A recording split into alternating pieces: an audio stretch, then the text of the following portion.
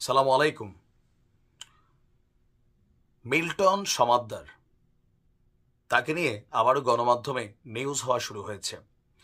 তো মিল্টন সমাদ্দারকে নিয়ে যে নিউজগুলো আসছে গণমাধ্যমে, এখানে অনেকে বলছেন যে ভাই এই মানুষটা ভালো, তার পিছনে এইভাবে লাগা উচিত হয় নাই। তো আপনাদের যিনি অনলাইন অলি আছেন বা গুরু আছেন, যার কথা চোখ বন্ধ করে বিশ্বাস করেন, এই মানুষটার নাম হচ্ছে সাংবাদিক ইলিয়াস। ইলিয়াস ভাই যখন কোনো তথ্য দেন, নিশ্চয়ই এখানে না যাই না দেন না, এটা তো আপনার বিশ্বাস আছে। যদি তাই হয় তাহলে মিল্টন সমাদ্দারের বিচার আপনারা দাবি করতে পারেন, আমরাও দাবি করতে পারি। গণমাধ্যমের নিউজ বাদে দিলাম, আগে আমরা গণমাধ্যমের বেশ কয়েকটা নোট দেখি। মিল্টন সমাদ্দারকে নিয়ে মাঝখানে যখন আলোচনা শুরু হয়েছিল, তখন তার বিরুদ্ধে ডিবির একটা ইনভেস্টিগেশন হয়েছিল। তো ডিবির ইনভেস্টিগেশন আসছে যে টেটা দিয়া একসময় তার বাবাকে কোপ দেন বা কি কয় এই মিল্টন সমাদ্দার। তার বিরুদ্ধে আরো বেশ কিছু তথ্য আমরা দেখলাম। এর মাঝখানে সাংবাদিক ইলিয়াস, তিনি এই মিল্টন সমাদ্দারের ইস্যুতে যেই বক্তব্যটা দিয়েছেন, আমি আপনাদের একটু দেখাই। খুবই স্পর্শকাতর বক্তব্য দিয়েছেন যে নতুন কোনো মানুষের প্রাণ যাবার আগে মিল্টন সমাদ্দারকে দ্রুত গ্রেফতার করা হোক। এর আগেও যখন মিল্টন সমাদ্দার ইস্যু ভাইরাল ছিল, তখনও সাংবাদিক ইলিয়াস বলছিলেন এই লোকটারে দেখাই তার বিভিন্ন কর্মকাণ্ডে তার আগাগোড়া বাটপার বা প্রতারক মনে হয়। আমিও ব্যক্তিগতভাবে, দেখেন, মিল্টন সমাদ্দারকে আমি চিনি না, তার কাজগুলো নিঃসন্দেহে ভালো, কিন্তু ইনভেস্টিগেশনে, পুলিশের ইনভেস্টিগেশনে যে তথ্যগুলো আসছে, এগুলা কোনোভাবেই মাইনা নেওয়ার বিষয় না। যে মানবিক কর্মকাণ্ডের আড়ালে তলে তলে মিল্টন সমাদ্দার এই গরিব মানুষগুলোর কারোর শরীরের অঙ্গ প্রত্যঙ্গ বিক্রি করে দেন, এমন অভিযোগ ছিল। তো ওই সময় সাংবাদিক ইলিয়াসের যে বক্তব্য, আজকের দিনে যে বক্তব্য, মিল্টন সমাদ্দারের বিরুদ্ধে তিনি হালকা ইনভেস্টিগেশন কইরা তিনি কিন্তু তাকে দ্রুত গ্রেপ্তারের আহ্বান জানিয়েছেন।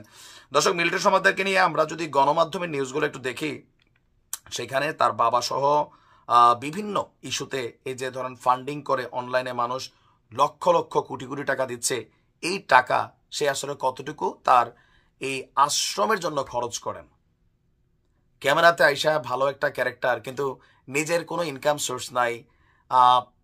মানে তাকে নিয়ে নানান বক্তব্য আছে। আমি যদি ফাইনালি আপনাদেরকে একটু দেখাই, আমি ভাবছিলাম নিউজটা করব না, কিন্তু যখন দেখলাম যে সাংবাদিক ইলিয়াস নিউজটাতে হাত দিয়েছেন, তখন আমার কাছে মনে হচ্ছে ডালমে কুচ কালা হে।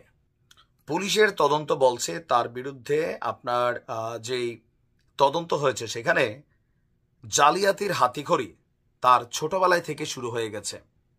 তার বিরুদ্ধে হত্যা চেষ্টা, জালিয়াতি করে ডেথ সার্টিফিকেট তৈরি, মানব পাচারের অভিযোগ, এই যে তদন্তগুলা, এগুলা নিয়ে আদালতে একটা চার্জশিট জমা হয়েছে। মানবিক মুখোশের আড়ালে ভয়ঙ্কর মিল্টন সমাদ্দার, আপনার শিরোনামে একটা নিউজ আসছিল। ডিবির রিপোর্ট বলছে যে বরিশালের উজিরপুর থানার ডহরপাড়া গ্রামের সামাদিয়া দারুল উলুম মাধ্যমিক বিদ্যালয়ে পড়ার সময় জালিয়াতির সাথে জড়িত হন এই মিল্টন। সপ্তম শ্রেণীতে পড়ার সময় প্রধান শিক্ষকের স্বাক্ষর জাল করে জাল সার্টিফিকেট তৈরির অপরাধে তাকে স্কুল থেকে বের করে দেওয়া হয়েছিল। মিল্টন একবার তার এলাকার এক ছেলেকে মারধর করে গুরুতর আহত করেন।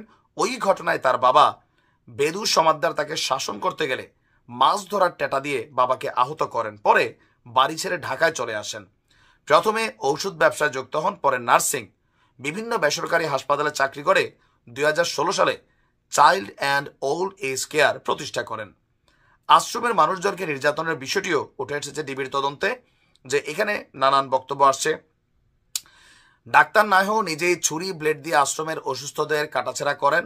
আর ফেসবুকে 900 জনের লাশ দাফন করেছেন স্ট্যাটাস দিলেও বাস্তবে দাফন করেছেন 150 জন। নিজের স্বাক্ষর দিয়ে ভুয়া ডেথ সার্টিফিকেটও তৈরি করেন। এমন সব অপরাধ করে নিজেকে মানবতার ফেরিওয়ালা সাজিয়ে মিল্টন তার ফেসবুকে 1,60,00,000 ফলোয়ারের সহানুভূতি কাজে লাগিয়ে কোটি কোটি টাকা আয় করেন। তার ব্যাংক হিসাবগুলোতে রয়েছে কোটি কোটি টাকা।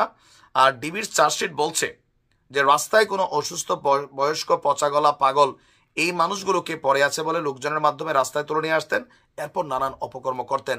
সাংবাদিক ইলিয়াস বলছেন যে আর কোনো মানুষের জীবন যাওয়ার আগে তার গ্রেপ্তার জরুরি। আমিও মনে করি, কারণ মানবিক কর্মের আড়ালে অনেক অমানবিক ঘটনা ঘটাই দেয়। অনেকে বলেন আগে তো খারাপ ছিল, এখন ভালো হয়েছে।